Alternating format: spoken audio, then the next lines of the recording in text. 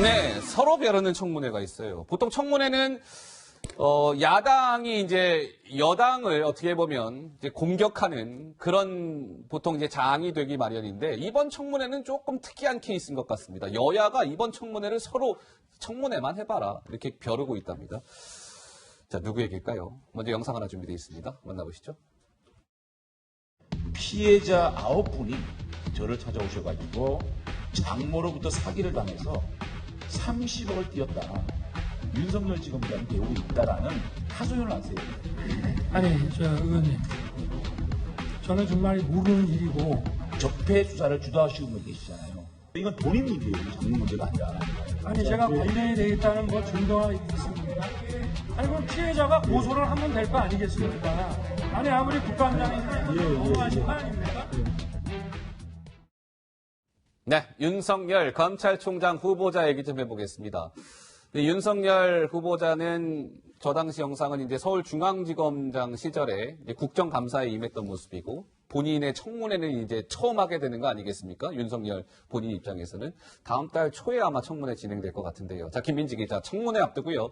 윤석열 후보자 부인과 관련된 무슨 의혹이 제기됐다는데 무슨 내용입니까? 네, 윤석열 후보자의 청문 보고서가 이제 국회로 제출됐잖아요. 그 네. 과정에서 밝혀진 내용이 좀 문제가 되고 있습니다. 어떤 내용이냐면요. 무슨 내용이에요? 윤석열 후보자의 부인이 재산세 체납으로 세 차례나 집이 압류된 사실이 있다고 합니다. 2012년 11월과 그 이듬해 2013년 11월 그리고 2015년 1월에 총 세 차례 부인 명의의 서초구에 주상복합 아파트가 있는데 예. 재산세 체납으로 이곳을 세 번이나 압류당했다. 이런 소식이 전해진 겁니다. 지금 알려지는 바로는 지금 윤석열 검찰총장 후보자 부부가 지금 저 아파트에 지금 거주하는 것으로 알려지고 있는데 자 어찌됐건 윤석열 후보자 부인이 저 서초구 아파트에 재산세를 세 차례 내야 되는데 안 낸 거예요. 그래서 세 차례 집이 압류가 당하는 일이 있었다는 건데 저게 정 의원님 뭐 재산세 체납 물론 하면 안 되는 거지만 그게 후보 결격 사유가 될 만큼 저게 그렇게 큰 일입니까? 일단 문재인 대통령이 예. 이 세금 체납 문제는 중대한 잘못이다라고 이제 반부협의회에서 말한 바가 있는데요. 저는 이제 윤석열 후보자가 예. 뭐 본인이 따로 근무하고 그래서 뭐 몰랐다 이렇게 얘기하지 마시고 솔직히 뭐 실제로 체납을 한 것이 부인 명의의 아파트이지만 잘못했다. 아하. 이렇게 솔직히 인정하고 나가는 것이 예. 오히려 이 청문회 과정 속에서 난 것이 아닌가 저는 이렇게 생각을 하고 있습니다. 그렇군요. 자, 그렇다면 이제 이게 부인이 재산세를 이제 세 차례 체납했다는 건데 저는 궁금한 게요. 자, 아까 김민지 기자 설명 들어가고 그 그래픽을 보는 게 더 좋겠군요. 그래픽 한번 주세요. 자, 2012년 11월, 2013년 11월, 2015년 1월 이렇게 세 차례 재산세를 체납했다는 거예요. 집이 압류됐다는 건데. 그러면 윤석열 후보자 부인은 세 번이나 잘못을 반복한 셈이 되는 겁니까? 박 의원님? 그런 셈이죠. 그 기한 내에 그럼 납부를 너무 자주 그런 거 아닙니까? 예, 기한 내에 납부를 하지 않고 예. 이제 체납 통지를 받고 압류까지 될 때까지 납부를 안 했다가 뒤늦게 납부를 한 것 같은데요. 예. 이 공직자고 더더군다나 법 집행을 하는 위치에 있는 공직자이기 때문에 물론 이제 부인 명의의 재산세라고 하더라도 사실은 윤석열 후보자로서는 이게 뭐 적절한 처신은 아니었죠. 아하. 청문회에서 지적될 만한 상황이고 예. 그런데 이제 고의적으로 조세를 포탈 목적으로 한 뭐 세금 체납이었냐 그건 아닌 것 같습니다. 만약에 그 검찰총장에 지명되고 나서 그걸 냈다 이랬다면 문제가 훨씬 더 커지겠죠. 네. 그래서 저는 어떻게 보면 좀 부주의했다고 볼 수 있는 정도의 사안인데 저런 부주의함에 대해서는 앞서 우리 정태근 의원님도 말씀하셨지만 솔직하게 인정하고 예. 이런 일은 앞으로 없도록 하겠다라고 하면 뭐 책임은 문제는 제기하겠지만 뭐 저것 때문에 낙마 사유가 되거나 그럴 정도의 일은 아닌 것 같습니다. 근데 제가 좀 전에 그걸 여쭤본 이유는 그렇잖아요. 무슨 잘못이든 그 똑같은 잘못을 세 번이나 반복한다면 그 이유가 어찌 됐건 그 자체로 비판받아 마땅한 일일 것 같은데 더군다나 윤석열이라는 분은 대한민국의 일개 시민이 아니라 검찰을 이끌 검찰 수장이 되겠다는 분 아니겠습니까? 또 그의 배우자와 관련된 일이기 때문에 이게 뉴스에 또 가치가 있는 거가 아닌가 싶은데요. 조 부장은 어떻게 바라보세요? 이 재산세 체납.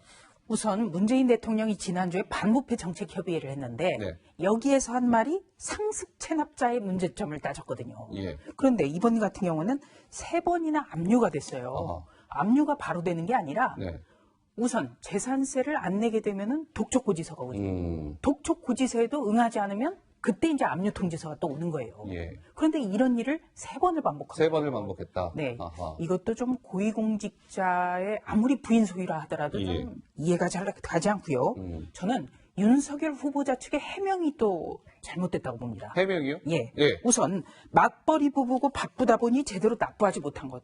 바로 이게 이제 해명 많이들- 내용입니다. 그래픽에 네, 나오는 게. 많이들 맞벌이 합니다. 네. 예, 이럴 때는요, 잘못하면 참 부주의했다라든지 솔직하게 사과하면 돼요. 요즘에 맞벌이 부부 많잖아요. 예. 저도 맞벌이 부부지만 압류까지 될 때까지 이거를 남편이 몰랐다라든가 어허. 아니면 3번이나 반복됐다라든가 음. 이건 좀 상식적으로 좀 납득하기는 어렵습니다. 상식적으로 납득하기 어렵다? 잘못했을 때는 예. 정말 잘못했다. 부주의했다.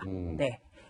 이렇게 정현- 얘기하면 됩니다. 제가 보기에는요, 지금 전체 재산 신고한 금액이 66억이잖아요. 예. 아마 이제 지금 공시지가를 포함해 토지를 비롯해서 부동산이 12건이 있는데, 제가 보기에는 아마 부부가 재산을 따로 관리하는 게 아닌가 싶어요. 그러니까 실제로 66억의 예산 중에서 62억이 부인 명의 재산이라는 거 아니에요. 그래서 저 경우에는 재산을 완전히 따로 부부이긴 하지만 실제로 이제 통장을 따로 가지고 있다고 봐야 되는 게 아닌가. 아, 예. 저는 그렇게 이해합니다. 자, 이게 지금 이제 이 윤석열 후보자 부인의 재산세 체납이 이제 논란이 되고 있는 상황에서 김민지 기자, 지난주에 바로 며칠 전이었습니다. 문재인 대통령의 발언이 새삼 지금 주목을 받고 있다는데 어떤 얘기일까요? 네, 아까 잠시 얘기가 나오긴 했는데요. 반부패 정책협의회에서 문 대통령이 고액 상습 체납자들에 대해서 조세정의 가치를 무너뜨리는 일이고 끝까지 추적해야 한다 이렇게 주장한 내용이 다시금 좀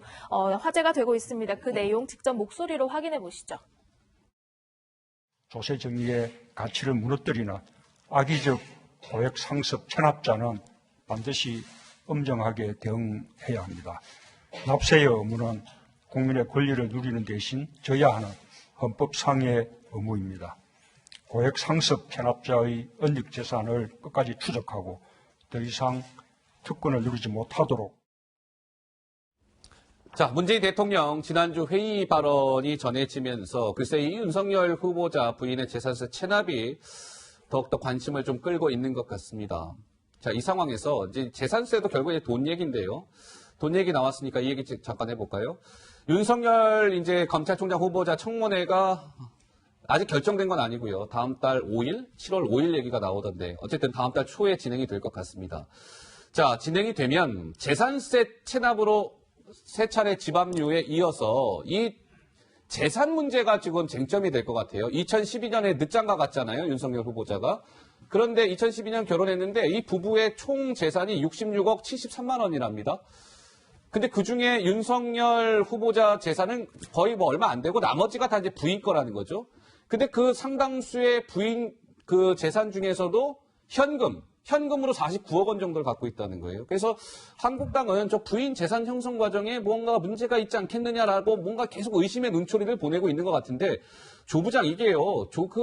윤석열 후보자 저 재산 문제가 그냥 단순히 저게 돈이 많으니까 뭐가 있는 것 같은 겁니까? 아니면 진짜 한국당은 뭐가 저게 문제가 있다라는 뭔가 근거 있이하는 얘기일까요? 좀 어떻습니까? 이제 한국당의 공세 내용은 예. 아직 나오지가 않아서 저도 어허. 가늠은 못하겠습니다만 네. 우선 이 부인되는 분이 72년생이에요. 그러니까 아직 40대 중반이거든요. 예. 그런데 40대 중반에 아무리 사업가라 하더라도 예금을 49억 원을 보유했다. 이렇다면 당연히 상식적으로 공직자의 분이라면 들여다봐야 된다. 예. 아마 야당은 그렇게 생각할 것 같고요.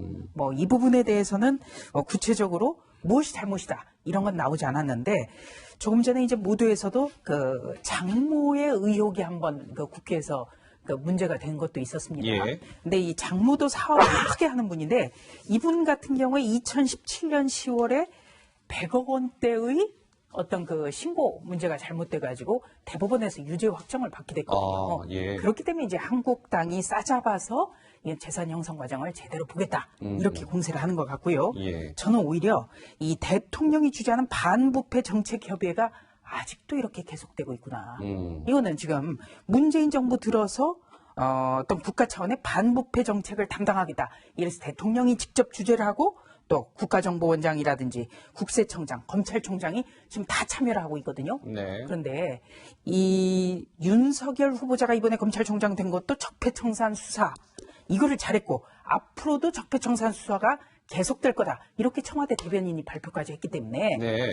본인사 논란이 크게 일거든요. 예. 그런데 또 이런 자리가 지금 계속해서 대통령이 주재를 하고 있고 앞으로 윤석열 후보자가 검찰총장이 되면 또 이 자리에 계속 갈 거거든요. 아하. 그렇기 때문에 지금이라도 대통령이 이 회의를 계속해서 주재하고 또 검찰총장이라든지 권력기관장이 모두 참여한다.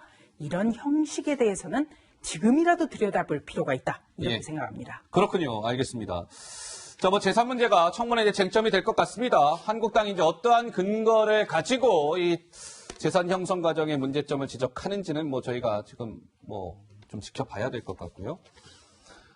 아까 제가 이 주제가 서로 벼르는 청문회라고 말씀을 드렸잖아요. 자유한국당이 윤석열 후보자 벼르는 거야 뭐 너무나 당연한 이야기고.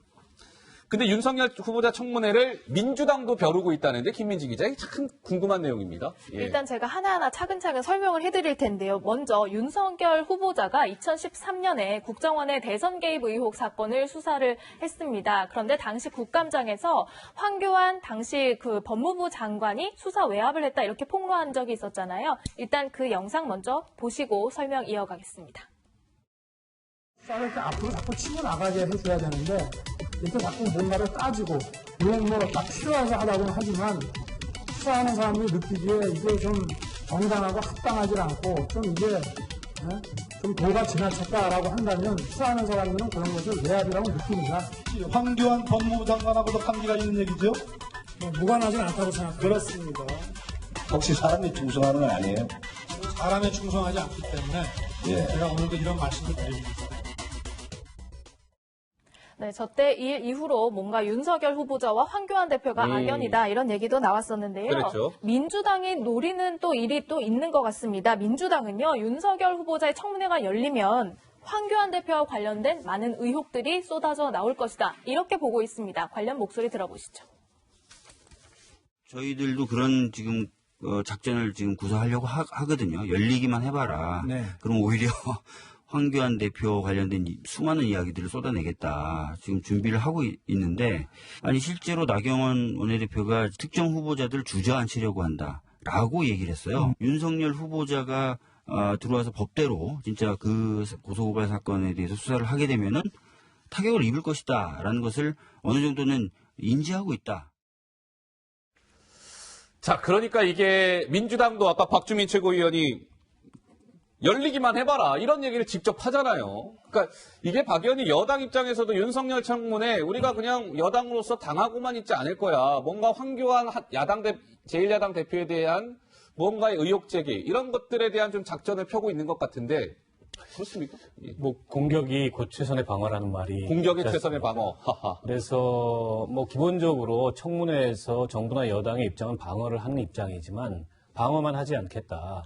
왜냐하면 과거에 어쨌든 국정원 댓글 사건에 대한 외압이 있었고 그 외압에 대해서 항명을 했다는 이유로 좌천이 됐었지 않습니까? 예. 당사자이기 때문에 그때의 일을 더 구체적으로 캐묻는다든지 그러니까 야당이 가해올 정치 공세에 맞서서 정치 공세로 맞불을 놓겠다.